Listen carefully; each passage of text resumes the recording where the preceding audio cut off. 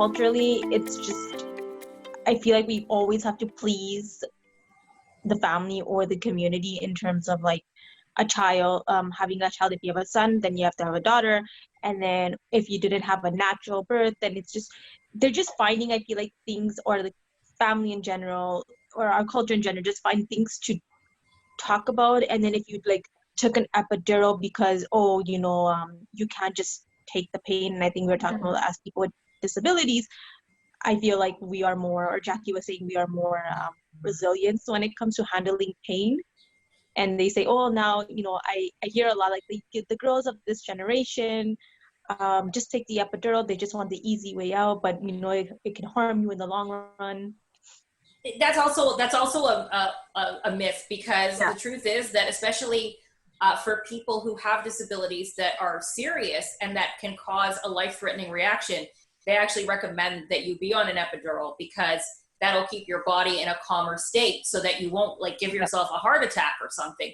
So you're actually, it's a big myth. It's like you're actually stronger if you ask, say, you know what, I don't need to deal with the pain. I know when my pain has reached its limit. I want the drugs. And I think that everybody is kind of like, oh, like you can't lean on drugs. You have to do this, you have to do that. And it's very much like, no, you don't. If you're trying to put off some sort of image, and yes, people, as I did say, people with disabilities generally do seem to be stronger and be able to take on more pain just because we've had more pain in our lives. But that doesn't mean you have to subject yourself to a whipping, like it doesn't mean, oh, well, like just throw me into a beehive and let bees sting me. Like, no, it's not like that. So you can ask for pain medication. You can ask for medication to make you feel better. And I'll be going more into this in our second part of this episode, but just about how, if you're a high risk, for example, if you are carrying yourself and you're a high risk pregnancy, doctors will do everything in their power to make sure that you stay safe. And whereas I've heard for a lot of times with people who don't have disabilities, it's more about making sure the baby's safe and it kind of ignoring sometimes the mom. So, and that's a really interesting thing. And that's something you don't necessarily see, because I've heard from different experiences from my friends who have disabilities versus the ones who don't have disabilities, and their pregnancies have been very different. Yeah, so, Jackie, you were talking about how your husband's family was being very nosy and asking you when you start having kids. I actually had zero from anybody in my family. You're lucky. Because I don't know if it's because a lot of my family's been here a really long time, or if they are just more integrated. But they have not asked me, they did not ask me anything. And out of all my cousins on my dad's side, there are 7 of us first cousins, only about half, like 3 of us have children, and 2 aren't married yet, and another 2, that's 7, they're not, I don't know when they're having kids, and I don't know even if they're having kids, and it's not your business if they're having kids. So I'm not going to ask them.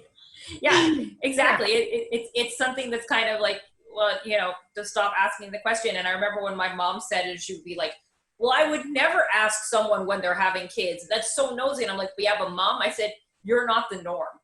I said, the norm is actually being like, so when are you having kids? And I know for all my friends, it didn't matter, disabilities or no disabilities, their parents were on them. Like, so when am I getting a grandchild? So when is this happening? So when is that happening? And it's hard too, because, again, disability or no disability, if you're a woman who's a millennial or a Gen Xer or what's Gen Z or whatever, the expectations for you in life are generally higher. Like, you're supposed to have a career, you're supposed to work, you're supposed to bring home, 50% of the family paycheck. You're still supposed to get married and you're still supposed to have children, but you're supposed to do all this other stuff too. And it's just a lot of expectations that people have on women, whether they're disabled or not. And that makes it really difficult. I think also that a lot of times, I think people just ask and say things without not really realizing how the other person or people might feel when you ask that question. Like, oh, when are you having a baby? I think it's just so like such a norm thing, and it's just like so like normal to just ask and know that you don't really what, the person asking it, you don't really put any content behind it, thinking like, oh, like, what if that person is having fertility issues, or maybe they're not able to conceive, or maybe they might have medical conditions, and you don't really counter it in those factors when you ask. Like, I know, like, even I have done it to a friend slash coworker, because I know she's been wanting to get pregnant and she's on a journey right now and whatnot, and I'm like, so like, when am I becoming an aunt, or when am I, when is that baby coming? But and then you kind of have to remind yourself, like, there could be other things that you are not aware of. Like, I had to sit down my mom, and like, because like a lot of my close friends got married and stuff, so she was like, oh yeah, so when are they getting pregnant, like, you should tell them, like, it's COVID, everyone's staying home now, like, might be like a good time to get pregnant, because then she can work from home and go through the pregnancy. You can't just assume, and it's the culture that they grew up in, but you just can't assume that someone's married and like a kid's just gonna come, because like, from my experiences and like what I've been told, like, I had to explain to my mom, like, had it been me who's married and God forbid, like, I'm trying and I can't get pregnant, like, that's hurtful for someone to ask you, like, oh, how come you're not pregnant yet? And that person is literally going back and going, well, I've been trying for X amount of years and it's not happening. Or what if someone had a miscarriage? Like, you don't know what's going to get triggered from the questions you ask. And I think a lot of people are not used to it, especially like in our culture. People just aren't aware, because people never spoke up about miscarriages or infertility. People just kind of, even quote unquote Anglo-Christian, mainstream Anglo-Christian culture, like, people are only beginning to talk about it. So it's like, I think it's pretty much like that in Jewish culture as well, with people are still the expectation, when's the baby coming, when's this happening, when's that happening? And maybe it's not as strong in like less religious communities versus the Orthodox community. I'm not religious myself, so it never really, like, with my family, but my family also, I think, was kind of told, Jackie may never have kids, don't ask. So they've never actually asked about everything. That's why my family has never asked me. I was wondering that too. It's because, oh, well, they know, like, does your family know about your disability though? Actually, I don't know if they do. Yeah, maybe they do. Maybe they don't. I don't think they do, because nobody, like, one of my cousins actually said, I didn't know you had epilepsy. Wow. But I think with my family too, one of the reasons why they've never put pressure or asked is also because I was an only child and an only grandchild. So there's not a lot of kids in the family. My uncle and aunt, they never had kids on my mom's side. They always just had dogs, and they were teachers. So it was like they had like 30 kids at a time anyway. So what did it matter? Yeah. And then on my dad's side of the family, he has 3 brothers, but like none of them had more than 2 kids each. Only one of them had 2 kids, and like the rest of us were all onlys. So it was a very, very small immediate family, and just having babies just wasn't really, there were like very few babies in my family. Like, it was very, very small. But so I wonder also with my family, at least with the grandparents, there were communication issues with me, as I'm Anglophone. Maybe, and that is too. I think when there are language barriers and stuff like that, it can be a little bit more difficult. But yeah, it's interesting, because a lot of these factors, you think about it, a lot of these factors are the same whether we would have disabilities or not. You're still going to get the family pressure. Sometimes they're not going to take it into account or anything like that. There is something that I do want to add before we go to our next episode that I think is really important to know, and kind of is a good segue into the next episode, is the fact that, when we talk about surrogacy and adoption and all that, and that can be a whole separate topic at another time, because that has complications itself. I'm going to tell you a little bit about my surrogacy journey at the beginning of the next episode. But wanting your own biological children is not selfish. No. And I think that's something that a lot of people try to tell people with disabilities who could pass on their disability to children, is that why would you want to do that to a future child? And it's not a selfish thing. Yeah, like, and I imagine that doctor back when you were 15 was probably thinking, well, why would she ever want to have kids? That's being selfish. And it's not. And I think it's a different mindset in our generation, is that, first of all, kids born with disabilities today, the outlook is so different from when we were born. Very, very different. It's so different from even when I got diagnosed to now, which is only 9 years ago. Exactly. I also think, like, that doctor told me not to have kids back, it was like the 90s, and IVF was not as advanced. So even if I were to have my own genetic children, either myself carrying myself or with a surrogate, you could easily get testing done before the transfer. And that's just it, is that today there's so many different, I don't think that doctor would have the same answer for you today as he did back then. Completely different. If you said to a doctor, Cynthia, if you go to a doctor now, you said, I want to have kids, they would say, okay, let's look at how we can make that happen. And it's and very, I think a woman would have been more sympathetic. Exactly. Old guy. I mean, if he's an old guy, he's probably not going to be very sympathetic. No. So it's a bit of a different mindset, but I know, for example, with me, if, I have a 1 in 20 chance of passing on my heart condition to a biological child. And that is, okay, for some they may view that as high, but it's also the fact that kids who have what I have today are treated immediately, and they can live the rest of their lives not even knowing they had a heart condition. Mm-hmm. Whereas with me, I was the first generation that lived. Basically, I was the first generation that lived an okay life, like without having to basically be at the hospital every other day. So it is different now. And for a lot of these things, and the other thing is too, is that, with saying, okay, well, why would you want to pass on your disability to a child? Is my life all that bad? Like, so like so for Sarah and Shaini, if you had a kid and your kid was born and they had a visual impairment, are you going to be like, oh, your life's going to suck? No. It's funny because I recently had someone comment under one of my recent posts asking, like, can I ask you, like, do you ever have the question of, like, are you okay to possibly pass down this eye disease to your children? But I think, like, for me, like, I have a genetic eye disease, but they haven't been able to figure out what the gene mutation is. I've gone into gene testing about like 3 times now over the past 9 years. They haven't been able to figure it out. But with the same gene counselor, like, when I do get into a relationship, me and my partner will go into family planning. They will test both of us.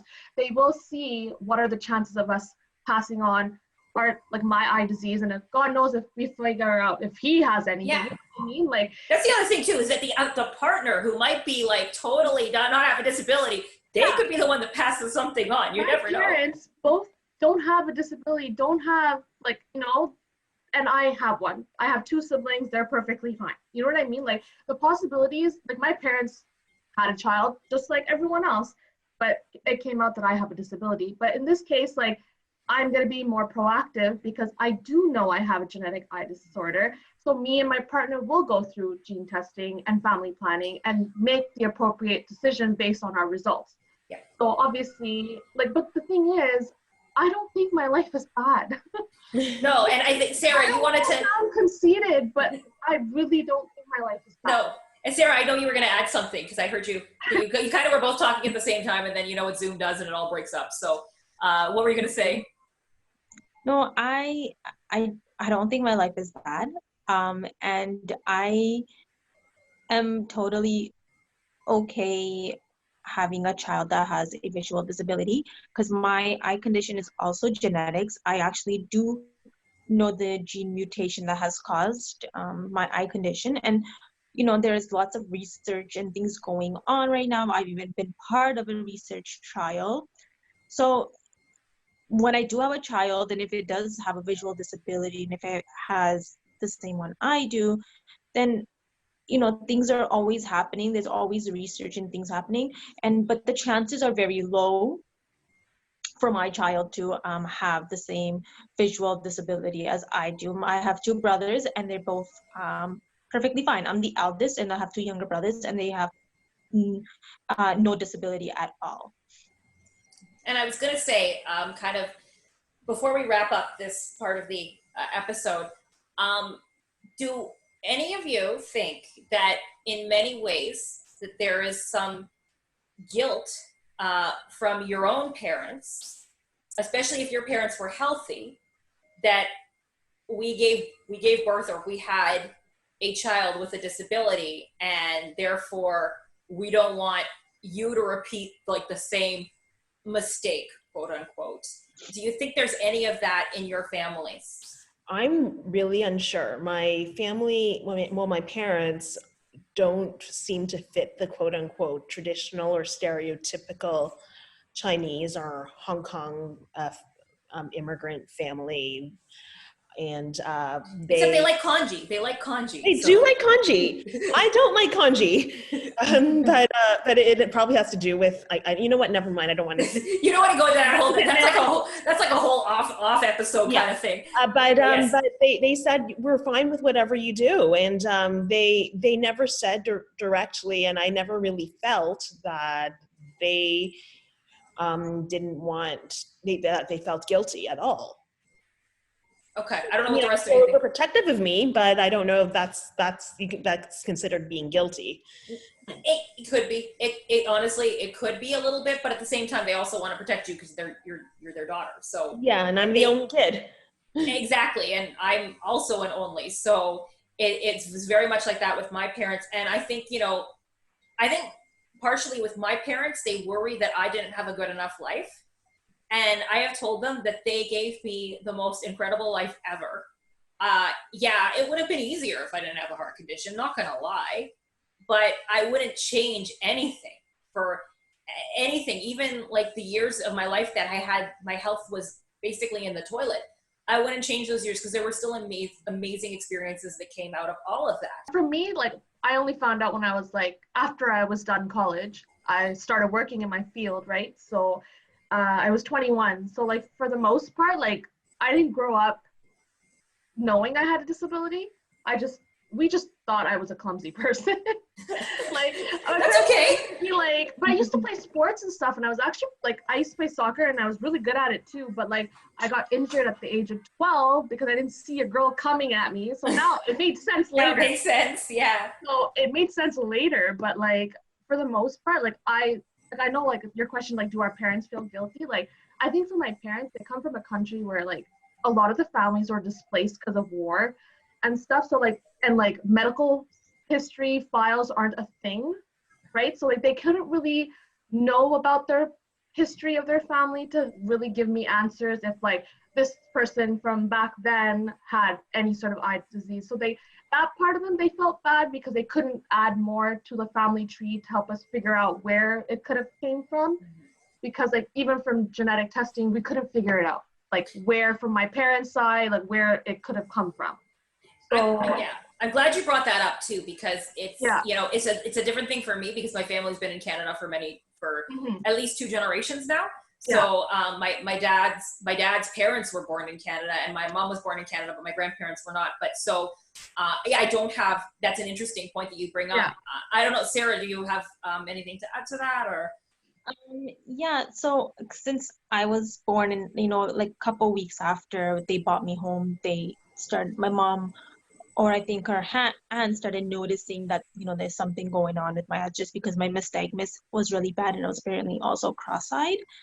And so I think my mom sort of went through guilt that, that she has a child with a disability. She also had me when she was really young, like at the age of 21. And so she didn't really have much support, I think, as well.